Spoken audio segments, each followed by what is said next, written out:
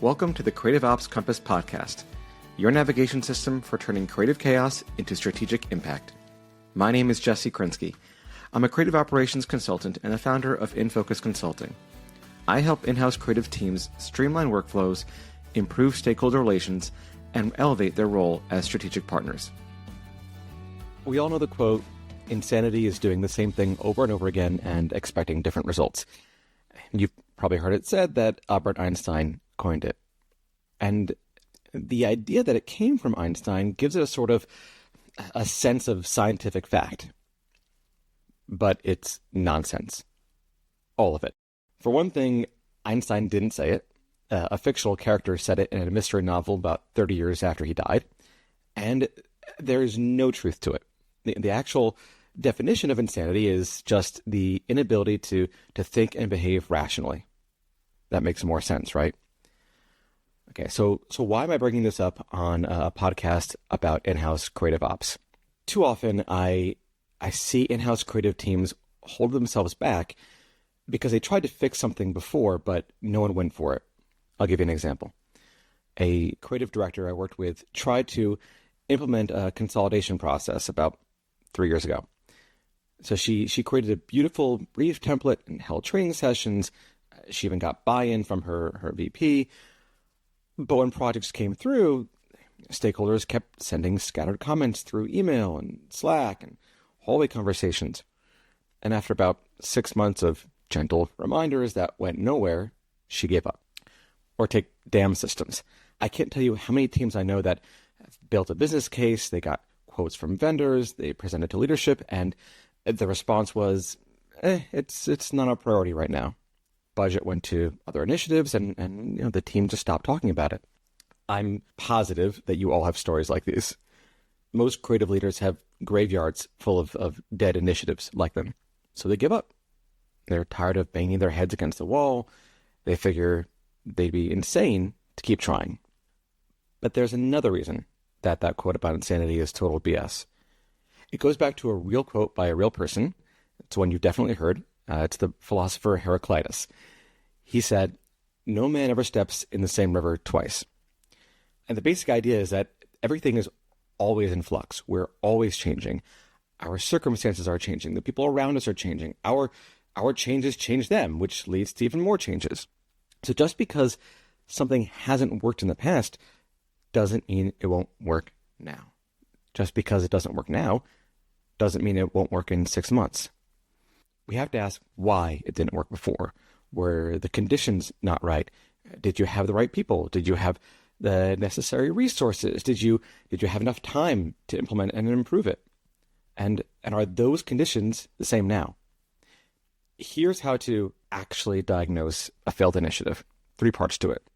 1, you start by separating stakeholder readiness from the solution quality. So maybe your DAM proposal was solid, but leadership wasn't ready to prioritize creative ops infrastructure. So that's a timing problem, not a solution problem. 2nd, look at who was in the room. If you were pitching to a marketing VP who saw creative as a production line, that's fundamentally different from pitching to a CMO who understands brand strategy. Different people, different receptivity.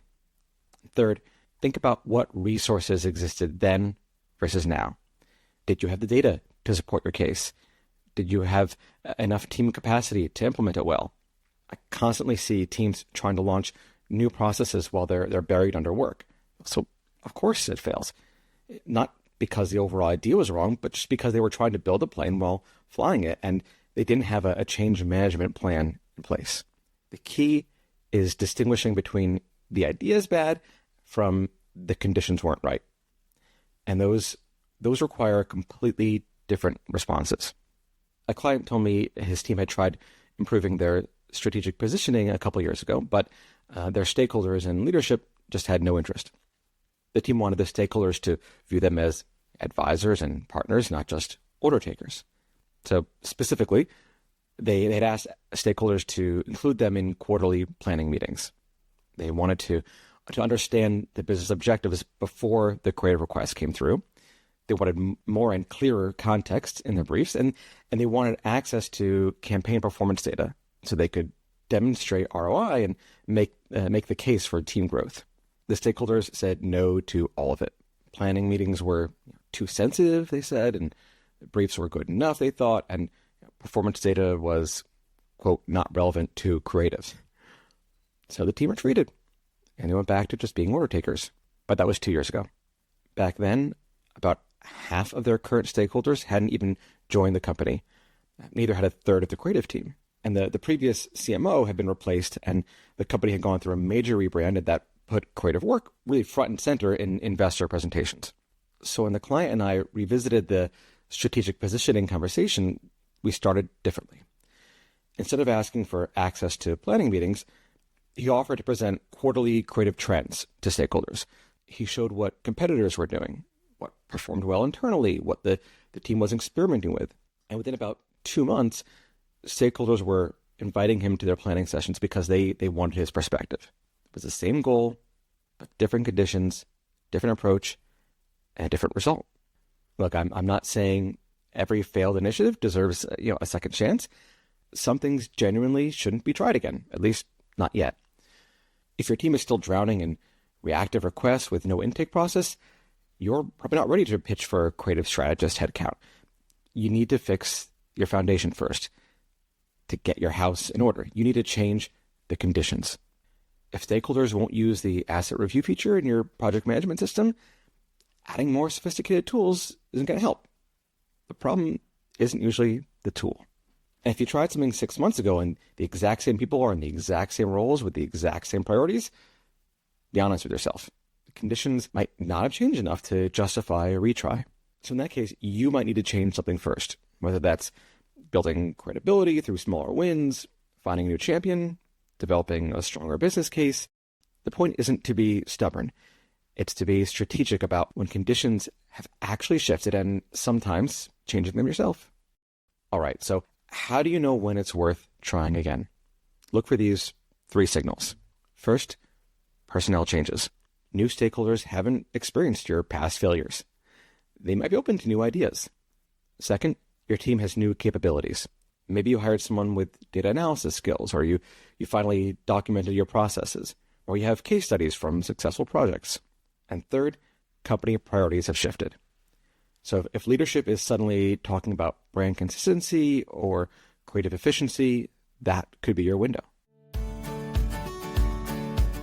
Before you pitch again, ask yourself, can I point to something specific that's different? If you're just hoping for a better reception, wait. But if you can really articulate what's changed and why it matters, you're not insane, you're being strategic. So don't let yourself be held back by the past.